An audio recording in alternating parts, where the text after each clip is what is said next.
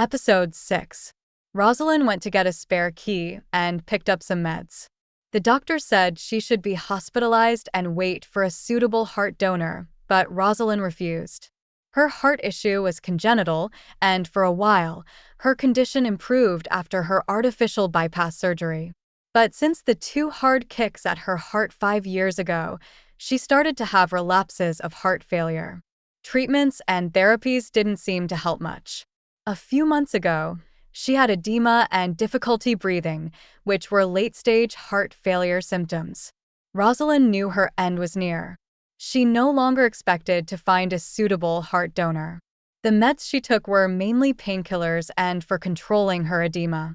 Having been conscious of her appearance all her life, she didn't want to die ugly.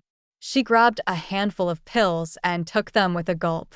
Then, she put a pepper spray and a laser into her bag. That was all the preparation she could done. She couldn't think of anything better, so she would have to fight against Logan head-on. One life for one life. Sweet deal. She had nothing more to lose anyway. Just as Rosalyn had done with her preparation, Logan sent his assistant, Mark, to pick her up. Sitting in that Maybach, she thought Mark would drive her to Logan's place, but she was taken to a mall. Stylists and makeup artists surrounded her, curling up her waist-length hair and applying exquisite makeup to her face. She was dressed in an expensive evening gown, tailored to fit her perfectly. A diamond necklace that worth millions was put on her neck. Rosalyn looked at herself in the mirror. Noble, elegant, and refined. But she didn't feel like herself. She looked more like Crystal. If Andrew had seen her like this, he might have thought she was trying to mimic Crystal. She smiled bitterly. Finally, Rosalyn was all dressed up, and Mark sent her to the Nightshade. It was the largest entertainment club in Arcadia. People who came here were either rich or powerful. The place could guarantee these people their privacy. There was virtually no security cameras around here. And even if there were, it would be difficult to obtain any footage. Rich kids loved to do their nasty things at the Nightshade. Logan probably also chose to bring Rosalyn here for the same reasons. Thinking about what she was about to go through, Rosalyn felt her heart was going to explode in her chest. She followed Mark out of the elevator at the top floor and came at the door to a private room. Mark swiped a card at it, and the luxurious door opened slowly. The dim light and soothing music spilled out from inside, and the decorations in the room were elegant and refined. Rosalyn was a bit surprised, as she thought Logan would have a more vulgar taste than this. Just then, a strong arm suddenly wrapped around her waist. Logan pulled her close and leaned down to kiss her. "You look stunning today, babe." Rosalyn fought back her urge to throw up. She turned to avoid Logan's touch, but then she saw the man sitting on the sofa. He wore a white shirt, slightly open at the collar, revealing his charming collarbones, and his sleeves were rolled up. He held a wine glass with his strong fingers. The wine was shining like blood under the dim lighting, as intimidating as the gaze he was casting upon her. Rosalyn didn't expect Andrew to be here. She thought he would not be in the same circle as Logan.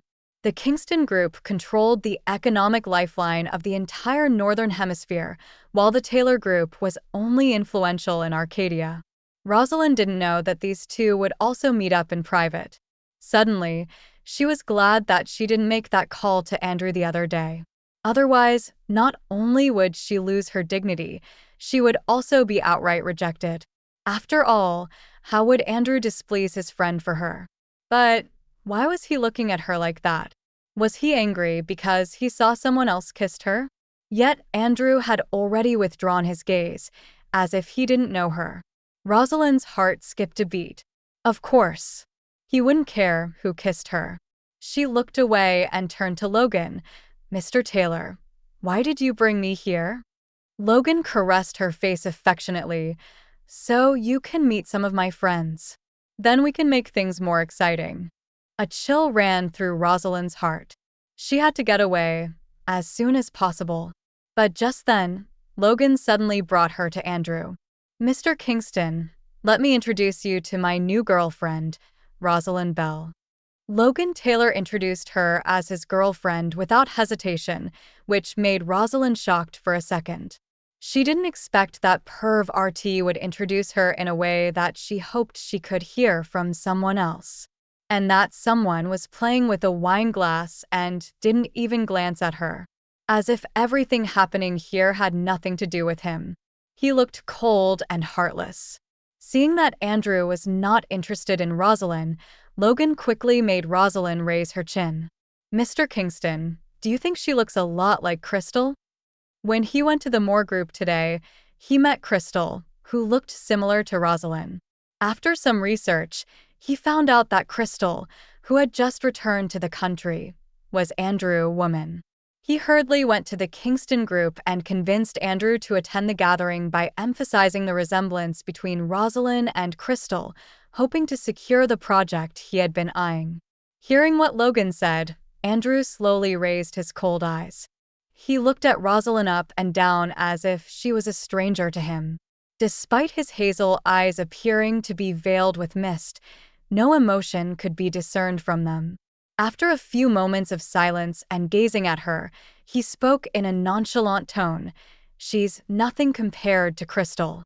These words felt like a knife stabbing Rosalyn's heart, causing her to feel a sharp pain and bleeding inside. Of course, she can't compare with Ms. Moore. Logan grabbed Rosalyn's chin as if looking down at her with contempt and said, "She's an orphan with no power or background. Ms. Moore is the only daughter of the Moore group, with a superior education and intelligence. How can she possibly compare to her?" Yes, how could she compare to Crystal? In Andrew's eyes, she was only a substitute for Crystal. How could she compare with her? Rosalyn pursed her lips tightly and didn't say a word. It seemed that he was not interested in this kind of topic.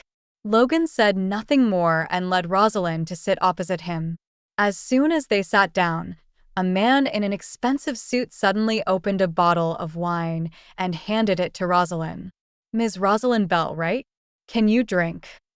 Rosalyn didn't know who this man was, and the suddenness of his offer made her feel uneasy. She hesitated, unsure of what to do. Seeing her hesitate, the man suddenly smiled. "Don't worry, I won't drug you." The man's gentle demeanor put Rosalyn at ease. Rosalyn accepted the wine and took a small sip, but she still felt unsure about drinking it. The woman sitting next to the man noticed her hesitation and began to sneer. "Mr. Taylor, the girlfriend you found is getting worse." Paul kindly poured her a drink, but she was too scared to drink it. How rude. The woman mentioned Paul, the cousin of Andrew, named Paul Kingston, also a playboy but not as perverted as Logan. When Rosalyn was still Andrew's secret lover, she had never met any of his family or friends. And this was the first time she met Paul. She couldn't help but take a few more glances at Paul. He looked a little similar to Andrew, but not as cold as him. On the contrary, he was very gentle. The woman's face darkened when she saw that Rosalyn didn't even react when she heard what she said. Full story is available at novelpalace.com. Click the link in the comment section to get it free.